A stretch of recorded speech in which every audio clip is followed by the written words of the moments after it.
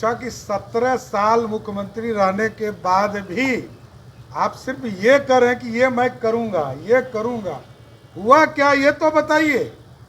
17 साल जो व्यक्ति बिहार के मुख्यमंत्री रहे हो, उसके बाद भी बिहार गरीब राज्य कहलाता हो, इससे बड़ा दुर्भाग्य नहीं हो सकता। और मुख्यमंत्री जी लगातार व्यक्तिगत टिप्पणियों में फंसे रहते हैं। उन्होंने जितनी पार्टियां बदली, जितना गठबंधन तोड़ा, हमने उनको कहा कि आपको बिहार की जनता भरोसा नहीं करती है और जानती है कि आप कभी भी कहीं जा सकते हैं, कोई भरोसा आप पे नहीं करती है। आप दूसरे को बोलने से अच्छा है कि आप अपने तरफ देख लीजिए। इसलिए बिहार के विकास की चर्चा होनी चाहिए थी। हम लोगों ने सुझाव दिए कि पटना को और सुंदर कैसे बनाया जा सकता है, बिहार को कैसे सुंदर बनाया जा सकता है।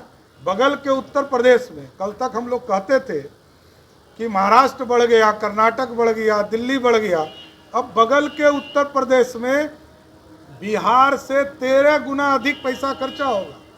हम लोगों का इसका चलन है कि उत्तर प्रदेश में खर्चा होगा और बिहार के मुख्यमंत्री हाथ पर हाथ डाल के बैठे हुए हैं, ये कुछ नहीं कर सकते हैं।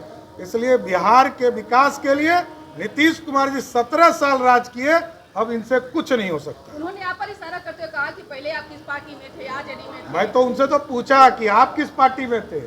आप तो कर्पूरी ठाकुर जी के विरोधी रहे 77 में, दमकीपा में रहे, जनता दल में रहे, समता पार्टी में रहे, जनता दल जॉर्ज में रहे और आज जनता दल यू में है।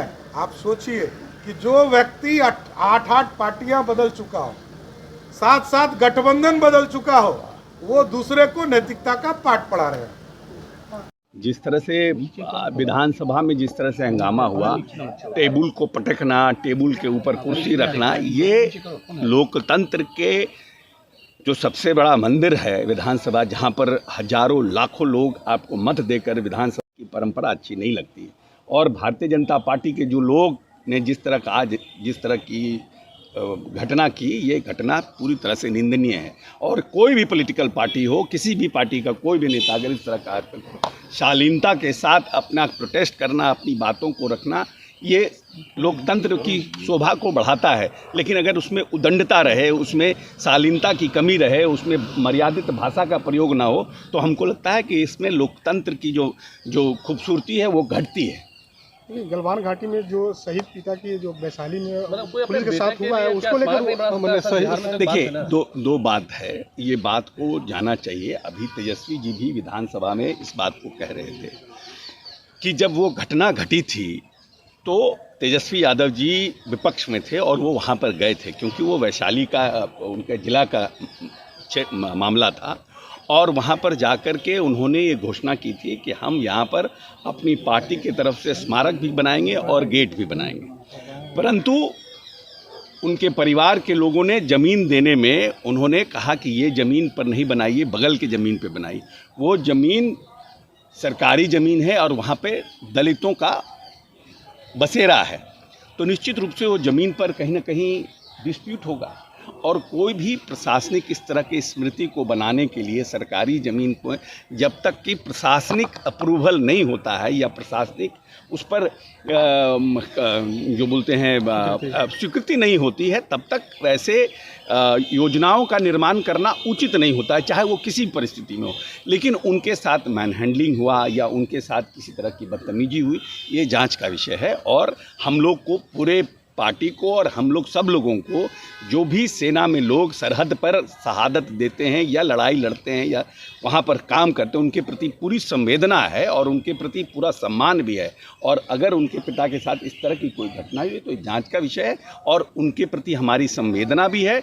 और भविष्य में हम लोग देखेंगे, इसका जांच का विषय है कि उनके संवेदना को कोई ठेस न पहुंचे, उनके सम्मान को कोई ठेस न पहुंचे। भाई आश्चर्य है कि कोई भी व्यक्ति पूरे देश का किसी सेना को अपमान नहीं कर सकता, क्योंकि सेना के ताकत पर ही हमारा देश सुरक्षित है। विपक्ष क्या कहता है तो आप ये देख रहे हैं 2014 से क्या क्या बोल रहे हैं। वो बोलते हैं, करते कुछ नहीं है। हम लोग भारतवर्ष कांग्रेस पार्टी भारतवर्ष को आज़ाद कराने से लेकर आज तक जो काम किया है, पूरे सम्मान, सेना जो आज बढ़ा है किसका देना है? कांग्रेस पार्टी का। आज जो भी विपक्ष बोल रहे, विपक्ष सिर्फ बोलता है, जनता के लिए कोई काम नहीं करता। लेकिन सर वैशाली में जो घटना घटी है, उनके पिता के साथ जो बर्ताव पुलिस के द्वारा किया गया है, जबरन ले जाकर SC/ST एक्ट के तहत उनको जेल में डाल दिया गया, इन चीज़ों को चूंकि आपकी सरकार है यहाँ, बिल्कुल माननीय मुख्यमंत्री ने तो कल उठ के बोला है सब चीज़ के बारे में कि मैं कागज भी लिया है, विपक्ष से नेता प्रतिपक्ष ने कागज भी दिया, बोले कि मैं इसका आदेश किया हूँ, जांच करके कार्रवाई होगी। ये भारत सरकार ने जो अपना आर्थिक व्यवस्था इस देश में लगाया है उससे तकलीफ हो रही है। उसकी आर्थिक व्यवस्था से देश के चंद लोगों को, मखसूस लोगों को फायदा होता है और गरीबों को नुकसान होता है। उसकी आर्थिक नीति के कारण LIC को 18,000 करोड़ रुपए का नुकसान हुआ पहली बार, SBI को नुकसान हुआ जिसमें हमारे और आपकी गाड़ी कमाई का पैसा लगाया जाता है। गैस के दाम 50 रुपए आज बढ़ा दिए गए। गोया के निरंतर आर्थिक नीतियां और फैसलों से देशवासियों का नुकसान है। उन सब के खिलाफ हम प्रतिरोध, प्रतिशत, एहतजाज कर रहे हैं।